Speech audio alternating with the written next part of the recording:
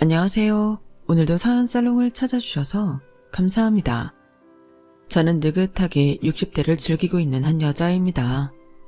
세월이 어찌나 이렇게 빠른지 하루하루 흘러가는 게 너무 아쉽고 소중하네요. 그리고 저와 제 남편, 그리고 자식들과 겪었던 지난 30년간의 기막히고 놀라운 이야기를 들려드릴까 해요. 저는 첫 결혼 후 아이를 갖고 5년 만에 남편과 헤어졌어요. 가정적이지 못하고 밖으로만 도는 사람이었어요.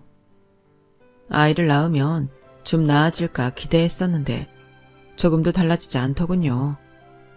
제가 일하는 동안 아픈 아이를 두고 남편이 나가서 술 먹고 돌아온 날, 저는 이혼을 결심했어요. 다행히 그 사람도 딱히 정이 없었는지 쉽게 헤어져 주더군요.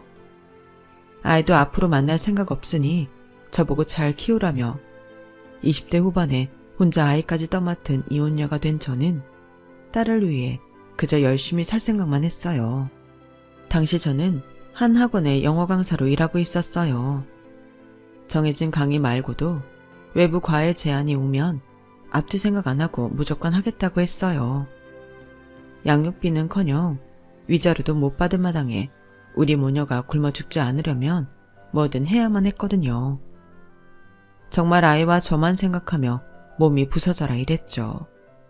힘들기는 했지만 하루가 다르게 커가는 딸을 보며 미안함과 죄책감에 시달리지 않기 위해 더 열심히 일했어요. 그러던 어느 날 친한 친구가 제게 말했어요. 너 혼자 산 지도 꽤 오래되지 않았나? 올해로 벌써 7년이나 됐네. 내가 벌써 30대 중반이라니. 야, 너 더 늦기 전에 빨리 새 사람 만나야지. 언제까지 이렇게 혼자 고군분투할 거야? 새 사람은 무슨, 우리 유아랑 둘이 평생 재밌게 살아야지. 너 나중에 유아가 결혼하면 어쩔 건데? 딸한테 얹혀 사는 민폐 엄마 될 거야? 우리 유아는 절대 나한테 안 그럴걸? 너도 알잖아. 유아처럼 착한 애 없는 거. 유아가 착하고 아니고의 문제가 아니야. 유아한테도 든든한 아빠 만들어주면 좋지 않겠냐? 너도 여자인데 딸만 보고 살지 말고 남자도 사귀고 그래야지. 괜찮대도. 내 주변에 아이들 교습학원 운영하는 남자가 한 명 있거든? 그 사람도 이혼남이야. 고등학생짜리 애 하나 있고. 너도 영어 강사니까 뭔가 말 잘 통할 거 아니야. 그냥 제발 한번 만나봐. 만나기만 하면 그 다음에 어떻게 하든 내가 더 간섭 안 할 테니까. 나 그냥 무조건 날 잡는다. 전 남편과 이혼 후 제 인생에서 다시 남자를 만날 일은 없을 거라고 장담했었어요. 하지만 점점 유아에게만 집착하고 제 인생을 일하는 데만 써버리는 것 같다며 친구가 남자를 소개해주겠다고 했어요. 저는 몇 번이나 거절을 했지만 친구는 고집스럽게 저와 딸 모두에게 안정된 가장이 필요하다고 하며 소개팅을 밀고 나갔어요. 소개팅 상대는 딸을 키우고 저보다 4살 많은 이혼남이었어요. 저랑 같은 처지든 뭐든 딱히 감흥은 없었지만 친구가 하도 성화여서 그냥 눈 딱 감고 한 번만 만나보기로 했죠. 소개팅 날짜가 다가왔고 친구가 잡아놓은 커피숍에 시간 맞춰 나갔더니 긴장한 듯 계속 헛기침을 하는 남자가 눈에 들어왔어요. 혹시 이성호 씨?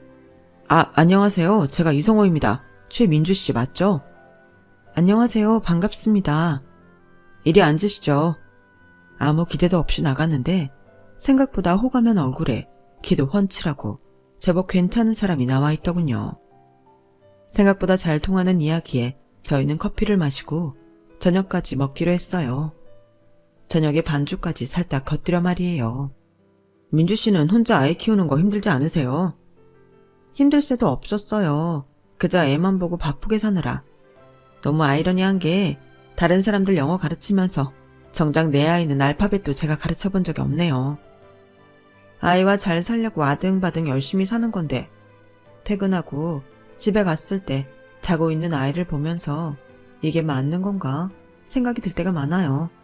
되게 우습죠. 민주 씨 정말 대단하신 거예요. 성우 씨야말로 딸이랑 둘이 사는 거 괜찮아요? 저도 많이 힘들었죠. 애 엄마랑 워낙 일찍 헤어져서 여자애를 어떻게 키워야 할지 난감한 적이 한두 번이 아니었어요. 성격도 예민하고 사춘기 때는 또 얼마나 버겁게 하든지. 이제 고등학교 보내놓으니까 친구들이랑 더 어울린다고 저는 본체도 잘 안 해요. 고생 많이 하셨네요. 딸이 몇 살 때 헤어진 거예요? 초등학교 들어가기 딱 한 달 전에 서류 정리 끝냈어요. 민주 씨는요? 저는 5년 만에요. 아이를 낳아도 사람이 변하지 않더라고요. 이혼하고 저는 그렇다 치고 아이도 한 번을 보러 안 오더라고요. 그냥 저희 모녀랑 인연이 아니었나 봐요. 이런 얘기 어디 가서 하기 쉽지 않은데 같은 처지라 그런가 술을 마셔서 그런가 민주 씨 앞에서 창피할 정도로 주저리 얘기하게 되네요.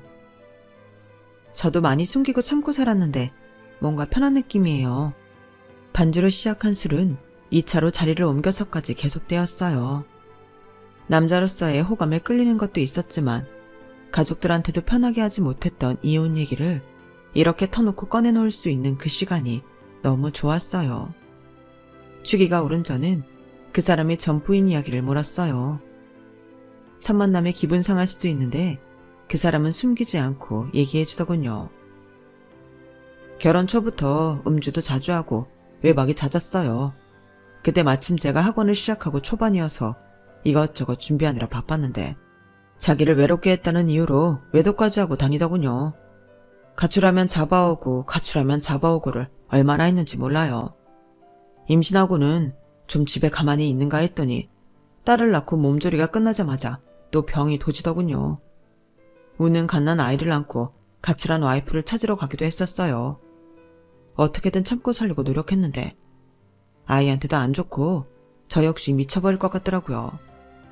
그러다 한 번은 다른 남자 아이를 임신해서 오더니 받아달라고 하더군요. 참 기가 막힐 일이었죠. 제가 괴로워하는 사이에 금방 유산이 되어 낳지는 않았지만 그 일이 있은 후 이혼을 하기로 결심했어요. 세상에, 이런 말 좀 그렇지만 너무 안 됐네요.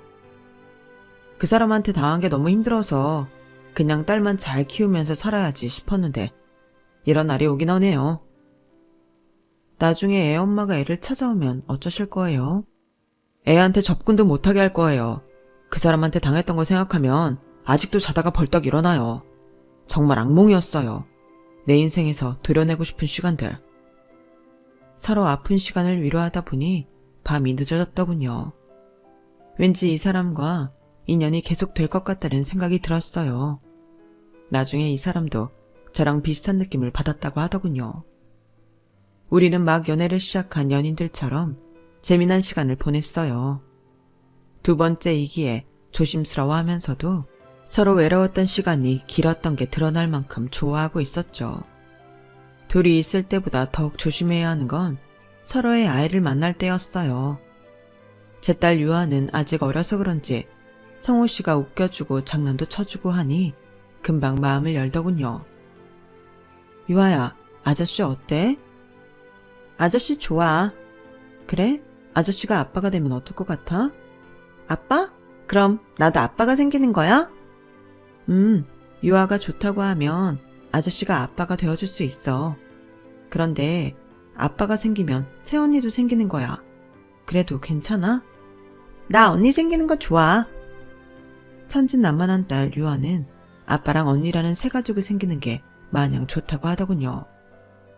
이렇게 좋아하는데 진짜 가족을 만들어줄 걸 하며 눈물이 났어요. 난관은 성호 씨의 딸 세희였어요. 아무래도 고등학생이고 어른들의 사정을 알다 보니 편하게 다가가기 좀 어렵더라고요. 세희야, 인사해. 아빠 여자친구 최민주야. 안녕하세요. 네가 세희구나. 만나서 반가워. 혹시 몰라서 선물 준비했어. 이거 좋아하니? 헬로키티? 이거 초등학생들이나 좋아하는 건데? 아, 그래? 미안. 아줌마 딸이 초등학생이거든. 고등학생은 뭘 좋아하는지 몰라서 다음에 다른 거 사올게. 세희야, 그래도 아줌마가 처음 주시는 건데 감사합니다 하고 받아야지.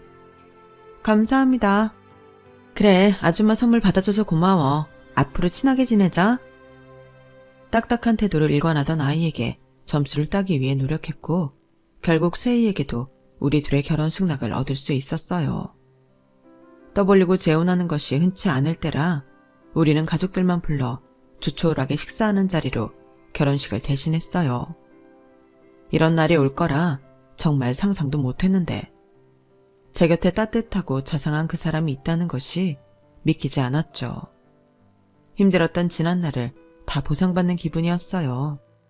결혼 후 남편과 사이가 살던 집에 저와 유아가 들어가기로 했어요. 원래 방이 3개였던 집이어서 우리 부부 침실, 세희와 유아가 각각 방을 쓰는데 문제가 없었죠. 저는 그 동네로 이사가면서 거리 때문에 학원을 옮겨야 했는데 다행히 원장님이 절 예쁘게 봐주신 덕에 남편 집 근처 영어학원에 추천을 잘해주셔서 금방 일자리를 구할 수 있었어요. 갑자기 2식구에서 4식구가 되니 더욱 일을 넣을 수가 없었어요. 돈 들어갈 일이 더 많을 테니까요. 유아는 처음부터 남편을 아빠라고 쉽게 불렀지만 세희는 아직 제게 거리를 두더군요. 이해했어요. 갑자기 생긴 엄마를 받아들이기 쉽지 않았을 테니까요. 세희와는 약간은 불편한 동거가 되긴 했지만 그래도 크게 두드러지는 문제 없이 우리는 잘 지냈어요. 엄마, 나 이 두유 마시면 안 돼? 유아야, 그거 마지막 하나 남은 거잖아. 세희 언니 줘야지. 넌 아까 먹었잖아. 먹고 싶은데. 그럼 세희 언니한테 내가 먹어도 되나 물어볼까? 그러지 마. 그냥 냉장고에 다시 넣어둬. 욕심 부리지 마. 엄마가 다음에 또 사올게. 치. 엄마, 나 내일 소풍에 참치 넣어서 김밥 싸주면 안 돼? 유아야, 미안한데 내일 한 번만 빵이랑 우유 싸가면 안 될까? 세희 언니 오늘 학교에서 늦게까지 공부해서 데리러 가야 되는데 김밥 쌀 시간이 없어. 미안해. 애들 다 김밥 싸온다 했는데. 아니면 엄마가 이따가 김밥 2줄 사갖고 갈게. 그거 가져가. 아니야, 괜찮아. 한 식구가 된 후로 저는 무뚝뚝한 세희에게 더 잘 보이기 위해 노력해야 했어요. 일부러 무슨 일이든 유아보다 세희를 먼저 그리고 더 많이 챙기려고 했어요. 혹여나 친딸이랑 차별한다는 소리를 들을까 두렵기도 했거든요. 어쩔 때는 세희에게 너무 신경 쓰느라 유아의 중요한 학교 행사나 함께 하기로 한 약속을 까먹기도 했어요. 유아에게는 많이 미안했지만 빨리 세희의 마음을 열고 한 가족이 되고 싶어서 안달이 나 있었죠. 그러다 우리에게 위기가 닥쳤어요. 바로 IMF가 터진 거예요. 많은 회사원들이 구조조정되고 하루가 멀다 하고 문을 닫는 자영업자들이 늘어났어요. 경제가 어려워지니 애들의 학원비까지 아껴야 되는 상황이 오고 남편의 학원에도 원생들이 급속도로 줄어들었어요. 저 역시 대부분의 학원 정규 수업이 인원 미달로 폐강이 되고 간혹 있던 영어 과외마저 뚝 끊긴 상태였어요. 급한 불을 꺼야 하는 남편 학원을 위해 우리 부부는 받을 수 있는 최대한도의 대출까지 끌어다 썼어요. 결혼 전 제가 여윳돈으로 조금씩 모았던 적금 2천만 원까지 깨서 생활에 보태야 했어요. 성우씨, 이번 달 생활비가 빵꾸야. 당신도 알잖아. 이번 달에 학원 그만두는 애들이 더 많아져서 선생님까지 내보내야 될 지경이야. 우리 대출받은 것도 다 막히고 더 이상 돈 넣을 것도 없는데 어떡해. 우리 조금만 더 힘내보자, 응? 가서 가정부라도 할까 싶어. 그런 소리 하지 마. 내가 너 결혼할 때 그런 고생 안 시킨다고 했잖아. 왜 그런 말을 해? 그럼 이건 고생 아니고 뭐야. 나도 뭐 좋아서 이런 얘기 한 줄 알아? 우리 싸우지 말자, 응? 나도 힘들어, 민주야. 탄탄하고 사랑으로 충만했던 우리 부부도 돈 앞에서는 어쩔 수 없었나 봐요. 힘든 상황이 지속되자 서로에게 나를 세우고 상처 주는 말들로 아프게 했죠. 같이 힘내보자 하다가도 다음날 눈에 불을 켜고 싸우는 날이 많아졌어요. 너무 가슴 아팠어요. 내가 원했던 가정은 이게 아닌데. 싸운 날의 차가운 공기가 집안을 감쌀 때면 유아는 눈치를 보며 제 방에 들어가 더 조용히 있더군요. 유아에게도 미안해 견딜 수가 없었어요. 이런 와중에도 세희는 남남처럼 우리와 어느 정도 거리를 두고 지내더군요. 조금 괜찮았다가 나빠졌다가 하는 상황이 반복되었고 우리도 파도를 타고 출렁이듯 살 수밖에 없었어요. 어느 날 한 유치원에 아기 영어 외부 시간 강사에 지원하고 면접을 마치고 나오는 길이었어요. 횡단보도 건너편에서 세희가 어떤 여자와 손을 잡고 웃으면서 걸어가는 게 보였어요. 여태껏 세희의 그런 밝은 얼굴을 본 적이 없어 적잖이 놀랐어요. 세희를 부르려고 반대편에서 계속 따라가는데 함께 있는 여자가 굉장히 낯이 익었어요. 어디서 봤더라? 담임 선생님인가? 아닌데 남자분이셨는데? 누구지? 왜 어디서 본 것 같지? 한참 갸우뚱거리다가 갑자기 생각이 났어요. 그 남자는 남편의 전부인 세희의 친모였어요. 예전에 남편이 세희가 있어서 참아버리지 못했다며 사진을 보여준 적이 있는데 그 속에서 저 여자가 아이를 안은 채 웃고 있었거든요. 세월이 흘러 조금 늙었다는 느낌은 있지만 동그랗고 큰 눈과 시원하게 찢어진 큰 입이 워낙 특징적이어서 기억이 나더군요. 순간 혼란스러웠어요. 지금 세희 친모가 왜 저기에? 왜 저렇게 다정하게 손을 잡고 웃고 있는 거지?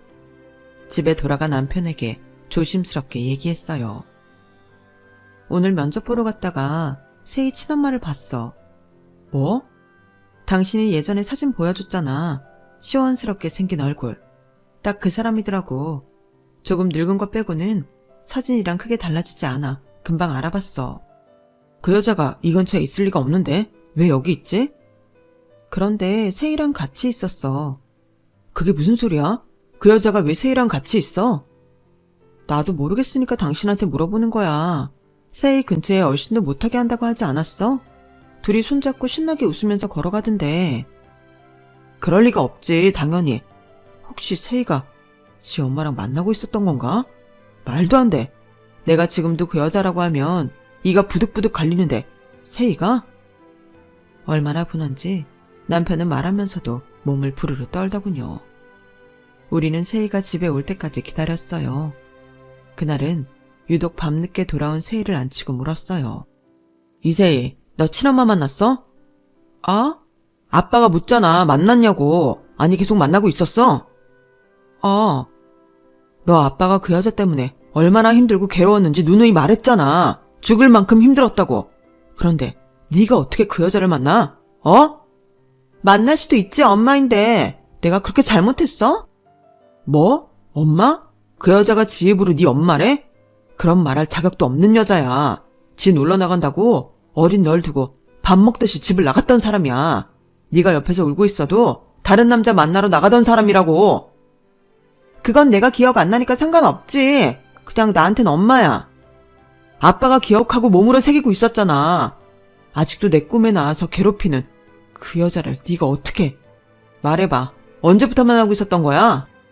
세희가 친모랑 연락하고 지낸 건 1년 정도 됐다고 하더군요. 특히 IMF가 극심했을 때 저희 부부 역시 돈 때문에 다투는 모습을 보고 집에 들어오기 싫었는데 마침 친모가 찾아와 맛있는 것도 사주고 옷도 사주면서 더 가까워졌던 것 같아요. 무슨 염치로 널 찾아와. 세희, 너 똑바로 행동해. 아빠랑 계속 살고 싶으면 그 여자 당장 끊어내. 아니면 넌 그냥 여기서 나가서 그 여자한테 가버려. 왜 나한테 그렇게까지 말해? 내가 죽을 만큼 잘못했어? 아니, 너 말고 그 여자. 그 여자가 죽을 만큼 잘못해서 여기 나타나면 안 돼. 아빠는 그 사람 이름만 들어도 치가 떨리고 눈물부터 나. 너무 힘들었어서. 어린 널 너무 방치했어서. 빨리 선택해. 여기서 지낼 건지 아니면 그 여자한테 가서 평생 아빠랑 안 보고 살 건지. 아빠 너무해. 남편과 다투기는 했어도 이렇게까지 눈이 뒤집혀 소리를 지르는 건 처음 봐. 저도 못지않게 당황했어요. 세희도 무서운지 덜덜 떨더군요. 결국 세희가 다시는 친모를 만나지 않겠다고 약속을 한 뒤에야 사건이 마무리됐어요. 남편은 하교 후 통금 시간까지 정하더군요. 남편이 정말 화가 많이 났구나 싶었어요. 한편으로 저는 세희를 볼 면목이 없었어요. 남편과 행복하고 웃음이 가득한 모습을 보여줬어야 하는데 우리가 힘들다고 다투기나 하고 아이에게 신경을 잘 못 써서 이런 일이 벌어진 것만 같았죠. 세희를 탓할 수만은 없었어요. 저는 이제 무슨 일이 있어도 애들 앞에서 화내고 싸우는 모습을 보여주지 말아야겠다고 다짐했어요. 폭풍 같은 시간이 지나 집과 경제 사정은 조금씩 안정을 찾아가기 시작했어요. 저는 외부 강사로 4곳이나 다니며 일했고 남편 역시 학원에서 아이들을 단순히 공부만 시키는 것이 아니라 부모들이 안심하고 맡길 수 있는 분위기와 환경을 조성해 원생 수가 다시 조금씩 늘고 있었어요. 유하는 중학생이 되었지만 사춘기를 모를 정도로 일찍 철이 들었고 공부도 열심히 해서 제 걱정을 덜어주었어요. 엄마를 먼저 생각하는 마음을 알기에 항상 미안함이 앞섰죠. 세이는 지방의 대학교에 들어가면서 기숙사 생활을 시작했어요. 갑자기 수백이 깨지는 등록금과 학비를 대느라 저는 또 지인에게 머리를 굽히며 돈을 꾸고 다녔지만 그래도 이 정도면 예전 IMF 때에 비해 훨씬 낫다라는 생각에 더 열심히 일을 해서 빨리 돈을 갚으려고 했어요. 남편이 어떻게 해서든 본인이 세이 학비를 대겠다 했지만 저는 이 일을 계기로 세이와 더 가깝게 지내고 싶어 부득이 제가 하겠다고 고집을 피웠어요. 이렇게 해서라도 우리가 진정으로 한 가족이 될 수 있다면 이런 것 따위는 아무것도 아니었죠. 세이는 학기 중에는 바쁘다는 이유로 집에 전혀 오지 않았고 그나마 방학 때는 학교 근처에서 아르바이트를 한다며 하루씩 잠깐 오는 게 전부였어요. 우리는 그래도 가까이 두고 따뜻한 밥해 먹이지 못하는 것을 미안해하며 반찬도 보내고 용돈도 보내주며 세이가 외롭지 않도록 최선을 다했어요. 한 번은 일요일 오후 말도 없이 세이가 어떤 남자와 함께 집에 왔어요. 세이야, 연락도 없이 이렇게 갑자기 어쩐 일이야? 이분은 또 누구시고? 두 분한테 드릴 말씀이 있어요. 저는 남편을 급하게 불러 다 같이 한 자리에 앉았어요. 저는 세이 남자친구입니다. 죄송합니다. 세이가 제 아이를 임신했습니다. 제가 책임지고 결혼하겠습니다. 뭐? 우리 둘은 너무 놀라 뒤로 자빠지는 줄 알았어요. 세이는 대학교 3학년, 고작 22살인데 벌써 임신이라니. 아직 앞날이 창창하고 밝을 텐데 아이 엄마가 되다니. 이혼을 경험해본 남편이나 저는 긍정적으로 볼 수만은 없었죠. 어린 나이에 철없이 한 임신과 결혼이 끝까지 해피엔딩으로 이어지는 경우가 많지는 않다는 것을 알고 있으니까요. 저희가 아무 말도 못하고 침묵하고 있자 세이가 끼어들어 말하더군요. 크게 신경 안 써도 돼요. 저희가 다 알아서 할게요. 오빠랑 같이 살긴 할 거지만 지금 당장 상견례나 결혼식 안 할 거니까 전화로 말하려다 이렇게 직접 왔어요. 그래도 저쪽 부모님은 한번 뵈어야 되지 않겠니? 됐어요. 나중에 자리 만들게요. 지금은 그냥 그런 줄로만 아세요. 학교는 휴학계 냈어요. 애 낳고 상황 봐서 계속 다니던지 자퇴하던지 할게요. 이세희, 너는 무슨 일을 그렇게 다 저질러 놓고 우리한테 통보하다시 말을 해. 우린 네 부모야. 아빠, 그러니까 예의상 이렇게 얼굴 보고 말하러 왔다잖아. 내가 얼마나 더 해야 되는데? 그리고 지금 당장 결혼식 안 한다는데 뭘 신경 쓰고 그래? 딸이니까 신경 쓰지. 네가 남이야? 왜 그렇게 싸가지 없게 말해? 나 지금 임신한 거 안 보여? 스트레스 주지 마. 애한테 안 좋아. 애기 이야기가 나오자 남편과 저는 입을 꾹 다물 수밖에 없었어요. 그러고 보니 배가 조금 볼록하게 나온 것 같기도 하더라고요. 세이가 이미 다 정하고 아이까지 가졌는데 우리가 아무리 말해도 소용이 없더라고요. 배불러서 드레스가 입기 싫어 그렇구나 라고만 생각하고 기약 없이 결혼식은 나중에 하자고 말했어요. 결혼은 그렇고 같이 살 집은 너 지금 기숙사에 있잖아. 오빠가 살고 있는 오피스텔 들어가면 돼요. 애기 낳고 새까지 살기 충분해요. 그래? 그럼 내가 한번 가서 볼게. 새 살림인데 필요한 것도 있을 거고 아기 짐도 준비해야지. 아빠보다는 여자인 내가 가서 보고 도와주는 게 나을 거야. 괜찮아요. 그런 거 안 하셔도 돼요. 그냥 오빠 갖고 있는 살림에 제가 필요한 것만 몇 가지 더 사면 돼요. 걱정하지 마세요. 너무 대차게 거절하는 바람에 저는 더 이상 말도 못하고 고개를 숙였어요. 아빠 도움도 필요 없다고 하는데 하물며 제가 더 나서면 싫어할 것 같더군요. 그렇게 세이와 애기 아빠는 앉은 지 30분 만에 돌아가겠다며 집을 나섰어요. 어안이 벙벙했어요. 멀어도 곧 밤이 되니 고속버스 타지 말고 차로 태워다 주겠다는 남편에게도 무안할 정도로 싫다고 손사래를 치더군요. 그 뒤로 남편이나 제가 몸 상태가 어떤지 필요한 건 없는지 전화할 때마다 바쁘다며 전화를 끊기 바빴어요.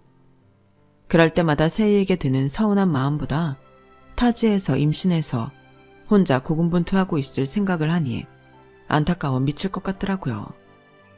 하지만 저렇게 끝까지 도움을 거절하니 우리도 달리 방법이 없었죠. 여보세요? 안녕하세요. 저 세희 남자친구입니다. 아, 자네 잘 지냈나? 네, 사실 세희가 지난주에 아이를 낳았습니다. 뭐? 그걸 왜 이제서야 말하는 건가? 세희가 말하지 말라고 해서. 아무리 그래도 그렇지. 그건 그렇고 둘 다 건강은 한 거지?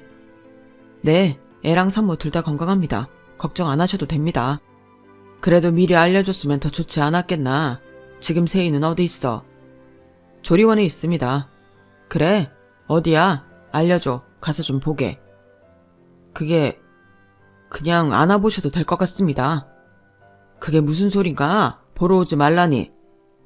아, 그게 조리원에 들어온 지도 좀 됐고 금방 여기서 나갈 것 같고 여기서도 외부인이 오는 걸 뭐 그렇게 좋아하진 않는 것 같고 세희도 그냥 혼자 쉬고 싶어 하는 것 같고.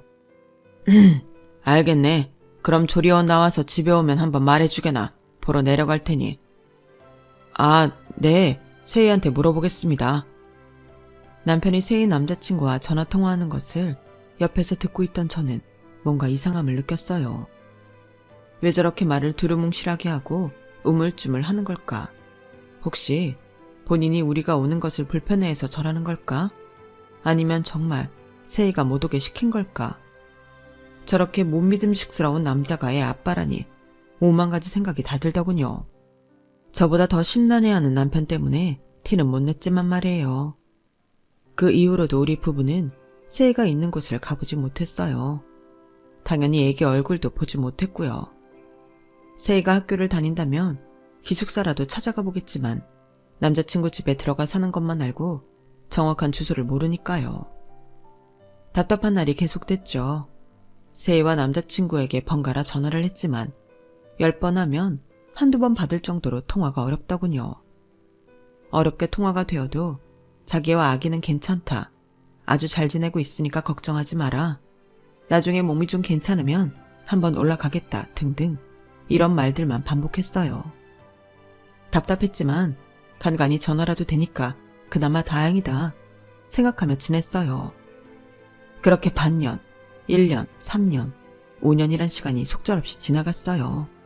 초반에 애타게 세희와 아기만 기다리던 우리도 지치고 무뎌갔죠. 우리가 하지 않으면 절대 먼저 연락도 하지 않는 세희네 부부에게 어떤 기대도 하기 힘들었어요.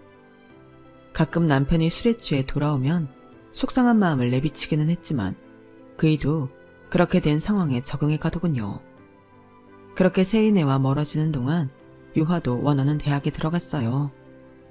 무대 디자인에 대해 큰 꿈을 갖고 있던 유화는 영국 유학까지 다녀오면서 충실하게 본인의 삶을 설계해 나갔어요. 저는 다른 학원은 다 그만두고 본격적으로 남편 학원에서 수업과 전반적 관리를 맡아 운영하기 시작했어요. 남편 학원의 학원생 관리 스타일과 선생님들의 높은 수업 수준이 맘카페에서 소문이 나며 여태껏 본 적 없는 호황을 누렸어요. 저학년 아이들의 교습소 정도로 운영했던 예전과 달리 중고등부반까지 생겨서 규모가 커졌으니까요. 눈코 뜰 새 없이 바빴지만 너무 없어서 지치고 힘들었던 과거를 떠올리며 현재에 감사했죠. 여보, 다음 학기에 선생님들 더 구해야겠는데 지금 한 반에 애들 인원이 너무 많아. 등록대기 학생들까지 받으려면 지금 선생님들로는 택도 없어. 그래, 박 실장한테 얘기해서 고인 빨리 진행하라고 할게.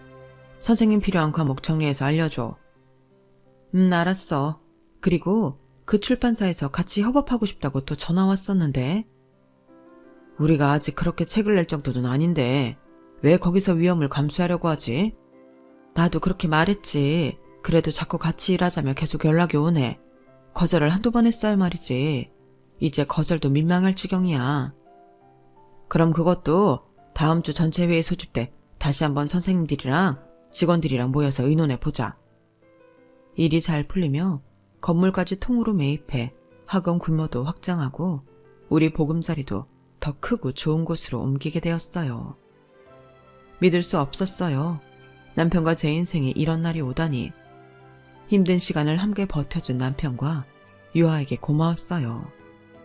다만 이런 좋은 날이 왔는데 세희가 없다는 게 슬펐어요. 결국 우리는 한 가족이 되지 못하는 것인가.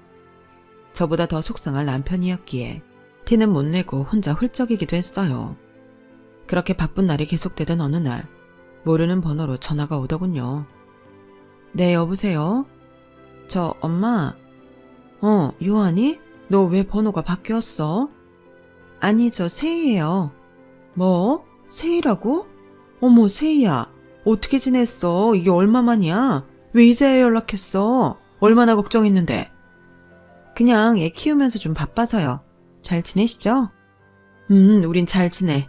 애기도 많이 컸겠다. 애 아빠도 잘 있고? 네, 그게 사실은 사정이 좀 있는데 한번 올라가서 찾아뵙고 싶어서요. 그럼 당연히 와야지. 아빠한테 당장 얘기해야겠다. 언제 올래? 아니요. 아빠한테는 우선 말하지 말아주세요. 그냥 엄마만 먼저 만날게요. 아빠한테 말하지 말라고? 왜? 아무튼 우선 제 말대로 해주세요.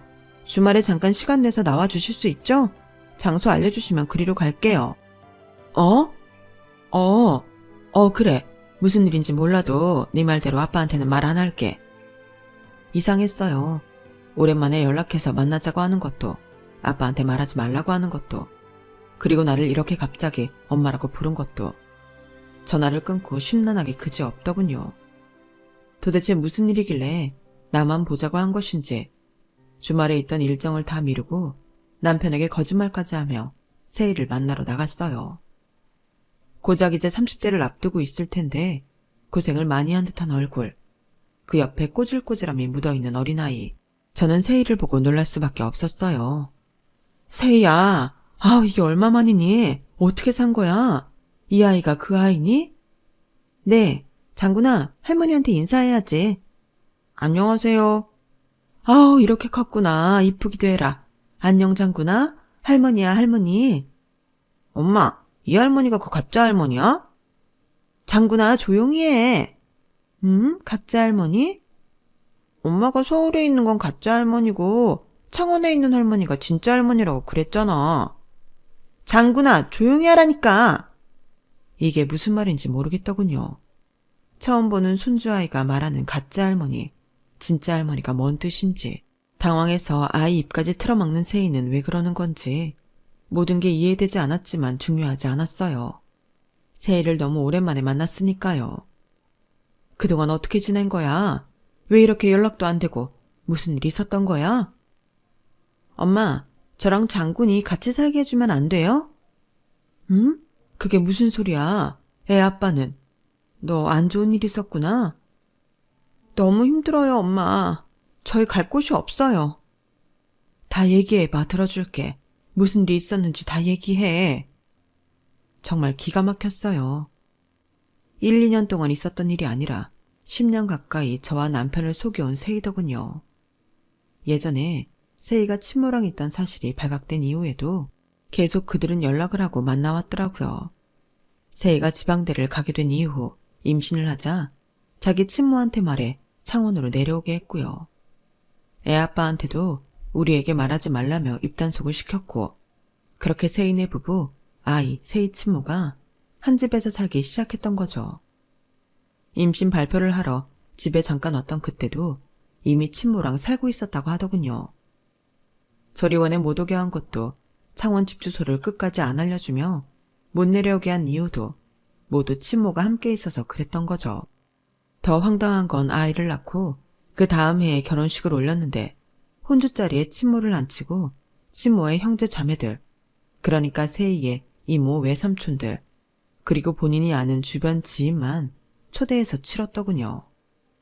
결혼식에 대해서 우리 부부에게는 이런 방구도 없었는데 말이죠. 저는 놀라서 입도 못 다물었어요. 세희는 물론 세희 남편도 괘씸해서 견딜 수가 없더군요. 그렇게 친엄마랑 계속 살았어요. 그런데 친엄마한테 새 남자친구가 생기고부터 사람이 이상해지기 시작했어요. 그 남자친구라는 사람이 창원에서 알아주는 부자인데 친엄마한테 결혼 약속을 하자고 했다며 신나했어요. 저희랑도 몇 번 밥을 먹었는데 오히려 소탈해 보이고 평범해 보였어요. 그런데 그 사람이 친엄마한테 투자금을 조금 받아가고 3배로 불려준 거예요.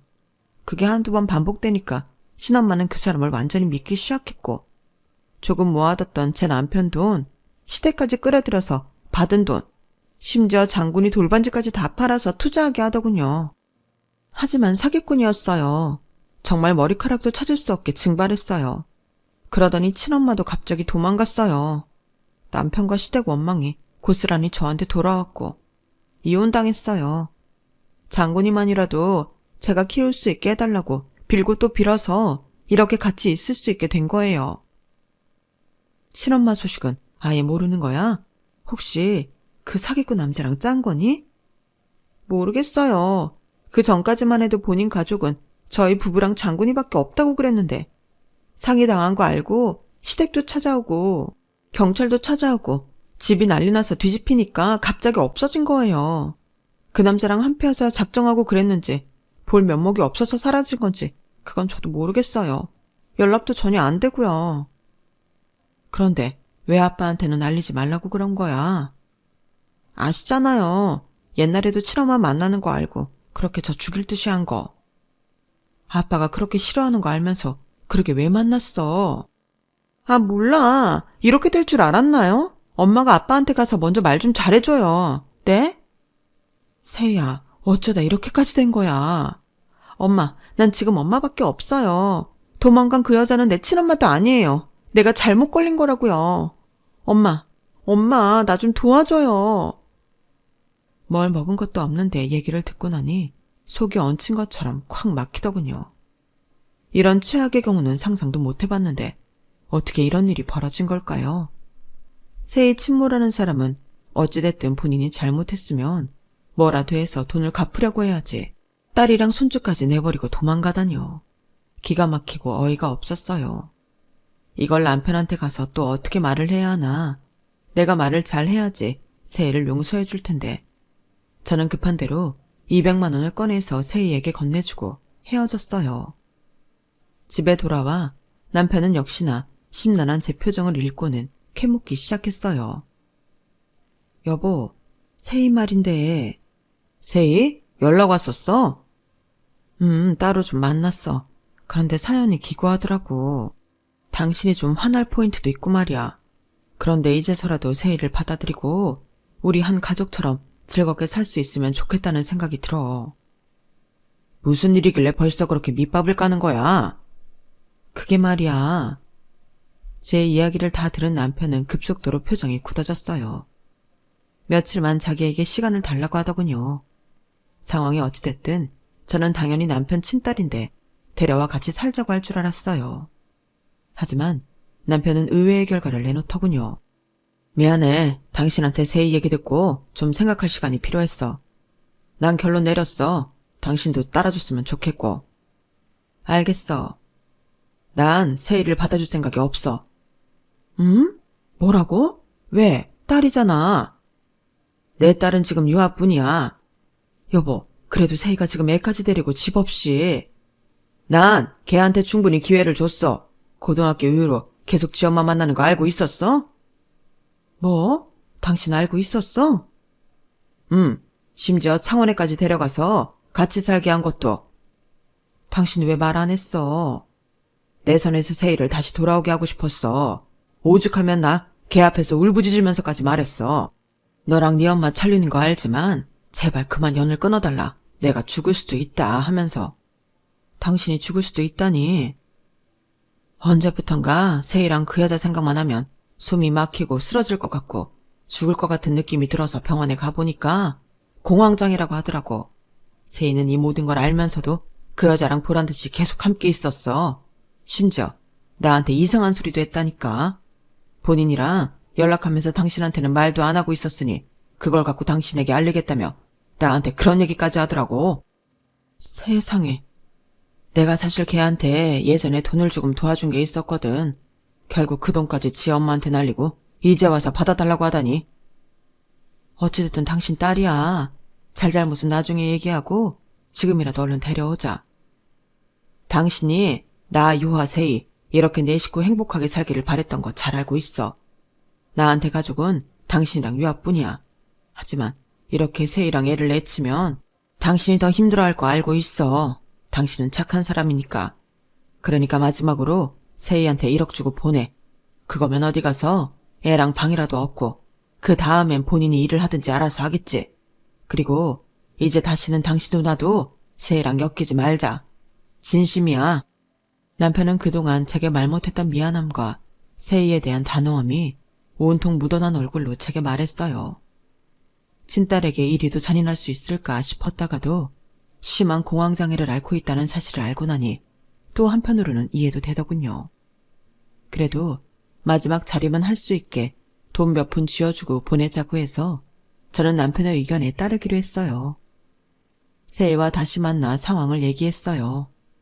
고개를 푹 숙이고 쉼없이 철철 울던 세이는 봉투에 있는 1억을 주섬주섬 챙기더니 말도 없이 일어나 가더군요. 새엄마인 저도 아닌 친아빠에게 정말로 버림받았다는 사실이 가슴을 쓰리게 했겠죠. 사실 남편 모르게 제가 1억을 더 넣어주었으니 그걸로 새 출발하기를 바랄 뿐이죠. 저와 남편은 크게 성장시켜 놓은 학원 사업을 거액을 받고 다른 기업에 인수시키기로 했어요. 우리 부부도 60이 넘었으니 그냥 유유자적 여기저기 여행이나 다니면서 남은 노후 서로에게 힘이 되어주며 늙어가기로 약속했어요.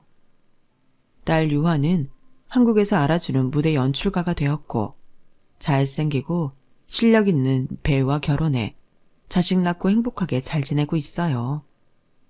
아직도 가끔 세이 생각을 하면 가슴 한켠이 쓰리기도 한답니다. 혹시나 제가 진짜 엄마처럼 잘해주지 못해서 그렇게 친모만 찾아다녔던 건지 제 부족함이 너무 컸던 건 아닌지 생각하게 되네요. 이제 와서 이런 말 염치 없지만 어디에선가 세이도 따뜻한 삶을 살고 있기를 항상 바라고 있어요. 긴 이야기 들어주셔서 고맙습니다. 여러분의 삶에 항상 행복이 가득하시길 바랍니다. 여러분, 사연 댓글에 응원과 현명한 조언 부탁드려요. 좋아요와 구독은 저에게 큰 힘이 됩니다. 오늘도 좋은 일 가득하세요.